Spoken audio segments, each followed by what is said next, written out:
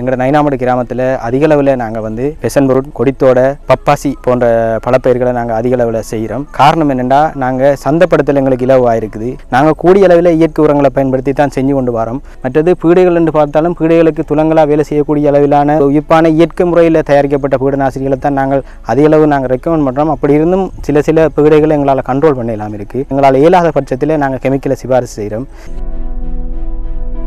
பப்பாசி செய்ய பொறுத்தளவில் நாங்கள் அதிக அளவில் இங்கே செய்கிற இனம் வந்து 2 இனம். ஒன்று ரெட் லேடி, இன்னொன்று தேனின். நாங்கள் விதைகள் மூலம் தான் இந்த கண்டுகளை நாங்கள் உருவாக்குறோம். விதையை போட்டு 45 நாள் அளவிற்கு பிறகு தான் அதை நாங்கள் வயலில் வந்து நட ஆரம்பிப்போம். இந்த முதல் 1 அடிக்கு 1 அடி ஒரு குழியை தயார் செய்து அதுக்குள்ளே கூட்டரு, ஆட்டரு, மாட்டரு போன்ற இயற்கை உரங்களை அதுக்குள்ளே போட்டு ஒரு கிழமை அளவில் நாங்கள் அதை வந்து நீரை ஊற்றி அந்த குழியை வந்து பராமரிப்போம். பராமரித்ததுக்கு பிறகு தான் 45 நாட்கள் வயதுடைய ஒரு பப்பாசி நாற்றை வந்து நாங்கள் அதில் நடுவோம். நட்டு கிட்டத்தட்ட எங்களுக்கு 9 மாதம் தொடங்க ஒரு வருடத்துக்குள்ள நாங்கள் முதலாவது அறுவடையை வந்து எங்களுக்கு பெறக்கூடிய மாதிரி இருக்கும். கிட்டத்தட்ட 3 நாள் 4 நாள் இடைவெளியில் இப்போ மழை கூட கிடைக்கும்னா நாங்கள் எங்கள் இடைவெளியை கூட்டிக் கொள்வோம். மழை இல்லாத காரணங்களில் தொடர்ந்து 3 நாளைக்கு ஒருக்கா இல்லாட்டி 4 நாளைக்கு ஒருக்கா வந்து நாங்கள் நீர்ப்பாசனம் செய்ய வேண்டும். நாங்கள் இப்போ மேற்பரப்பு நீர்ப்பாசனத்தை தான் செய்கிறோம். வாய்க்கால் மூலமாகத்தான் ஒவ்வொரு தாவரங்களுக்கும் நாங்கள் தண்ணீர் இறைச்சி கொண்டிருக்கோம். தை, மாசி, பங்குனி காலப்பகுதியில் வந்து நாங்கள் அந்த பப்பாசியை நடுகு செஞ்சுருக்கோம். இப்போ அந்த நேரத்தில் நாங்கள் மழையிலாலேயுமோ இல்லாட்டிக்கு வேறு அந்த வெள்ளத்துனாலேயுமோ பாதிப்புகள் வராத மாதிரி இருக்கும்.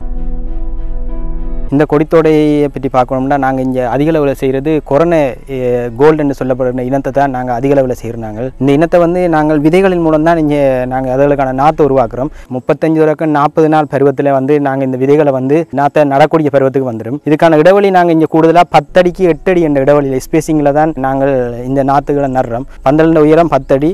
நாள் பூராவும் கிடைக்கப்படுற சூரிய ஒளி வந்து எங்களோட பெசன்பொருட்டுக்கு 100% கிடைக்கணும் என்றதுக்காண்டி தான் நாங்கள் கிழக்கிலிருந்து மேற்கு நோக்கி மாதிரி தான் எந்த பந்தலும் நாங்கள் அமைச்சிருப்போம். இது ஒழுங்கான முறையில் இதை ப்ரூன் பண்ணி நாங்கள் பராமரிக்கிறனால காய்க்கிற பூக்கிற வெயினை மட்டுமே நாங்கள் பராமரித்து கொண்டிருப்போம்னா அந்த நியூட்ரிஷன் பற்றாக்குறை வராது. ஒழுங்கான முறையில் ப்ரூனிங் செஞ்சு பராமரிப்போம்னா 4 வருஷத்துக்கு தொடர்ச்சியாக லாபம் எடுத்து கொண்டிருக்கலாம். மரக்கறி பயிர்களை செய்கிறதையும் பார்க்க பல பயிர்களில் வந்து 100% லாபம் இருக்குது.